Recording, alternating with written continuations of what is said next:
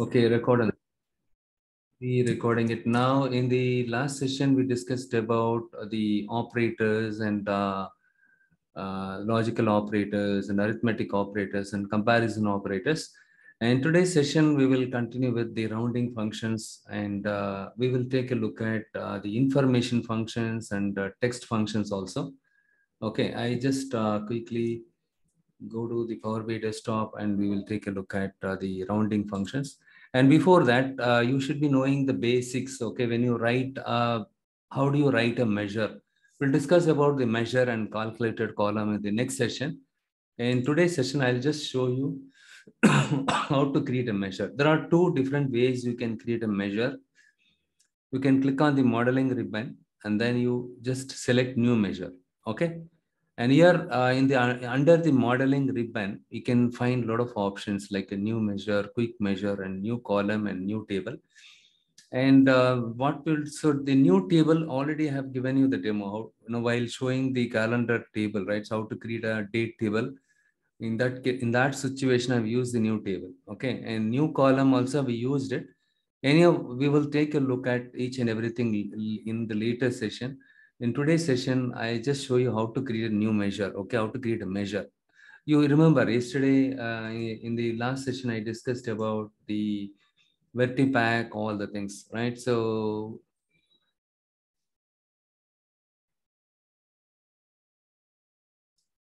the DAX queries, the formula engine is responsible for accepting the DAX queries, whatever you write it. So which means, the query, whatever you write it in the measure, that is what called as a DAX measure. For example, when I click on the new measure,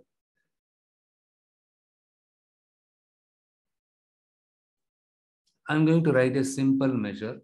Let's say I just create something like total sales is equivalent to sum of sales.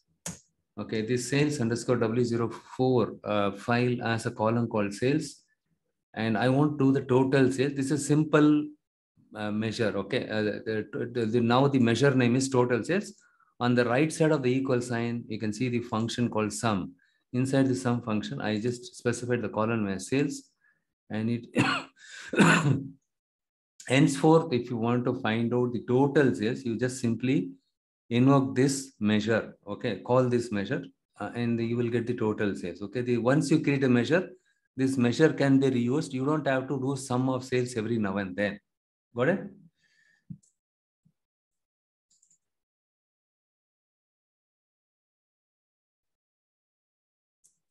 Okay. So now you understood. So the other basic thing you should be aware of is the comments.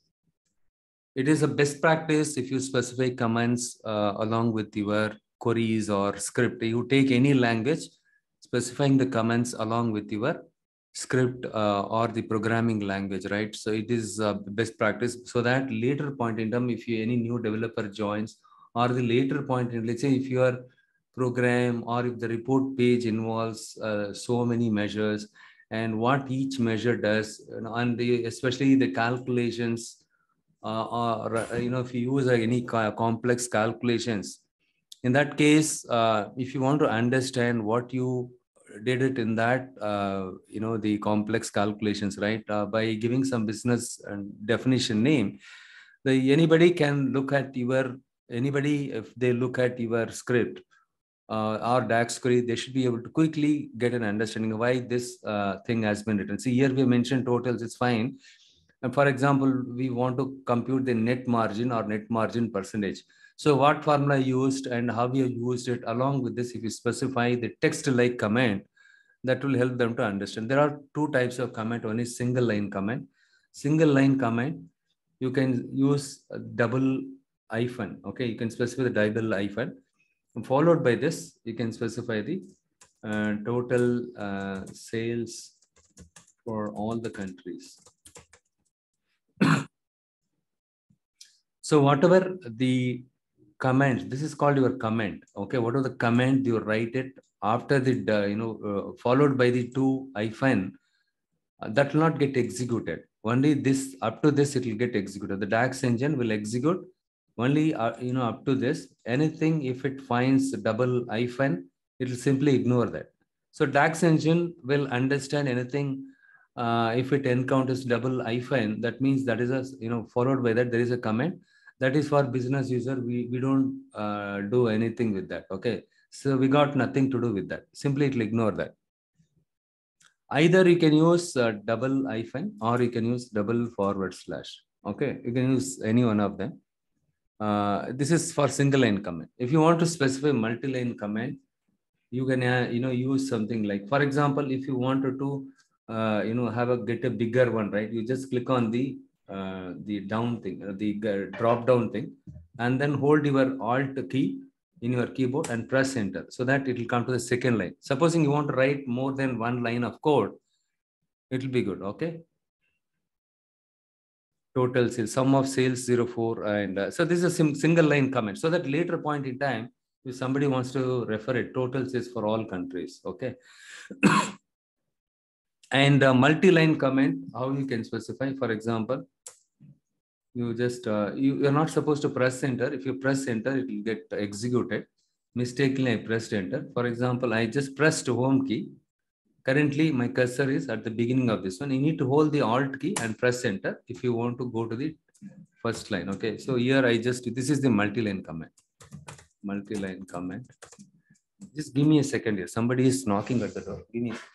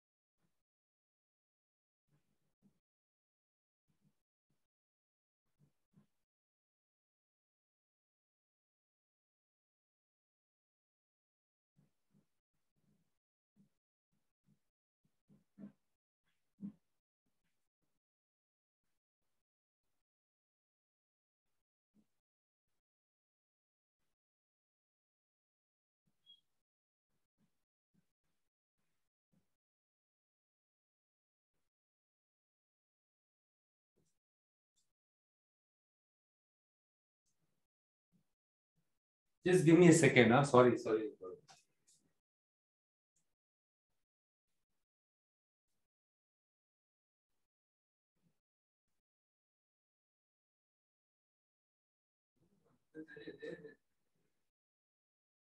Number அது பாரு கேட்டுட்டு பாரு இங்க கேக்குறோம் காது கேட்கலாம் தெருல போய் பாரு நம்ம தெருல பின்னாடி தெருல இந்த தெருல முன்னாடி வந்து மங்களகரமா அது தெருவே நாசம் பண்ணிட்டாங்க.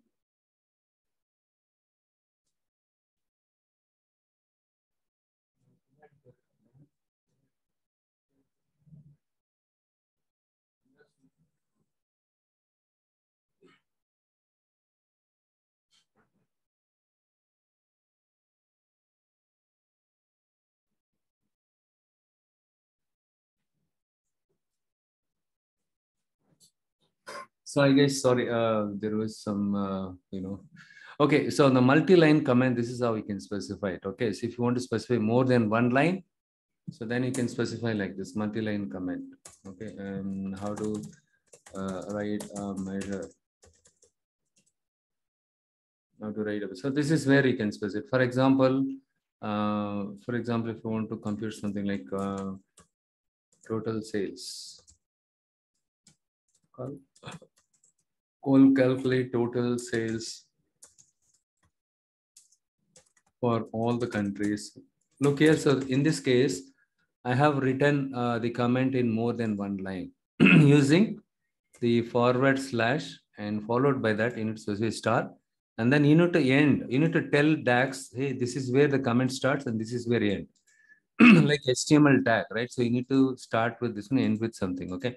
So that, okay, the comment starts here and the comment ends here, star followed by the forward slash if you specify it. So anything inside this, don't execute it. The Dax engine will not, simply ignore it, okay? Anything after this, it will execute it. Either you can use a single line comment or you can use multi-line comment. If in case of multi-line comment, you need to specify like this. And or you can use single line comment. For example, along with this logic, let's say you have 10 lines of code is there. In that case, for each line, you want to specify what logic you have used it. You can specify separately. So this line, this is the logic we are doing it. Second line, this is the formula that we are using it. You can give some business description or business logic, at a high level.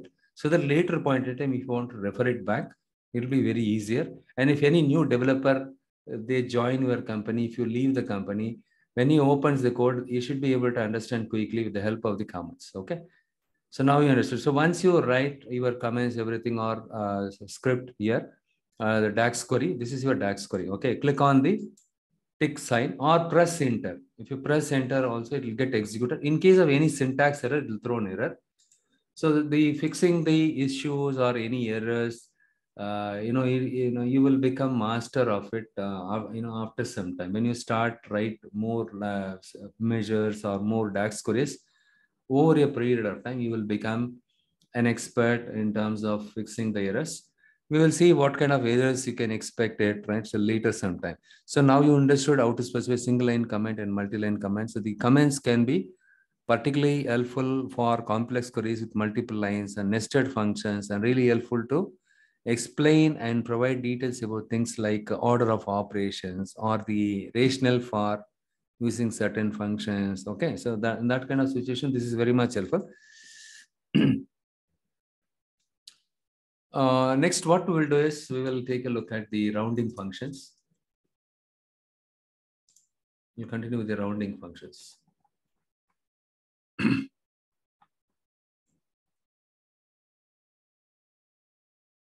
So we'll start with understanding the rounding functions. So what are the rounding functions are there? Okay, I did not. Just give me a second here. So I think I'm using. So I'm using rounding function now.